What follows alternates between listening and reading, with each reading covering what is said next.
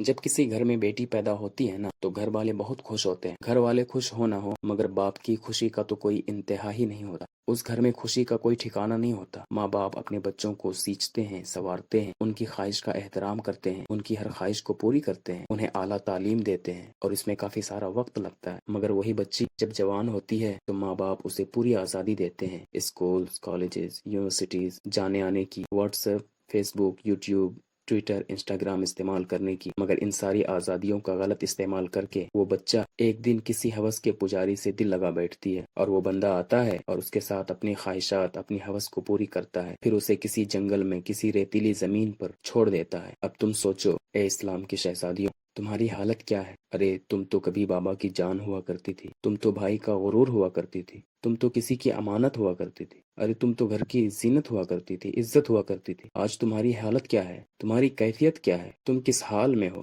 تم کیا سوچ رہی ہو؟ ابھی تم سنسان بیابان جنگل میں ہو۔ تم کہاں کی ہو؟ تم ہی بتاؤ، کیا اب تم کہیں کی ہو؟ آنے والا تمہاری اجازت سے تمہارے پاس آیا اور اپنی خواہشات کو پوری کر کے تمہیں اور تمہاری زندگی کو برباد کر کے چلا گیا۔ تمہارا اس سے کوئی واسطہ، کوئی رشتہ نہیں، نہ تھی محبت، نہ تھا پیار، نہ تھا عشق۔ اے اسلام کی شہزادیوں، تم گھر کی زینت ہو، تم گھر کی عزت ہو، تم بابا کی جان ہو، تم کسی کی جنت ہو۔ تم کیا ہو، کیا تمہیں کبھی کسی نے بتایا نہیں؟ اے اسلام کی شہزادیوں، ذرا غور کیجئے، آج اتنی ساری مسلم لڑکیاں بھگوا لو ٹرپ میں اپنی زندگی کو تباہ و برباد کر چکی ہیں۔ پہلے مسلم تھی، اس کافر درندہ حیوان کی دو میٹھی بول کی وجہ سے تم نے اسلام جیسے پاک مذہب کو چھوڑ کر دوسرے دھرم کو اپنا لیا، مگر وہ بھگوا لو ٹرپ والا تمہارے ساتھ جھوٹی شادی کر کے اپنی ہوس مٹا کر تمہیں چھوڑ دیتا ہے اور تمہیں اس مقام پر لا کر کھڑا کر دیتا ہے۔ اسلام میں تمہیں ہر چیز کی اجازت ہے، اسلام میں تمہیں تمہاری ہر جائز خواہش کی اجازت ہے۔ تم ان حیوانوں سے، ان درندوں سے، ان کی ناپاک حرکتوں اور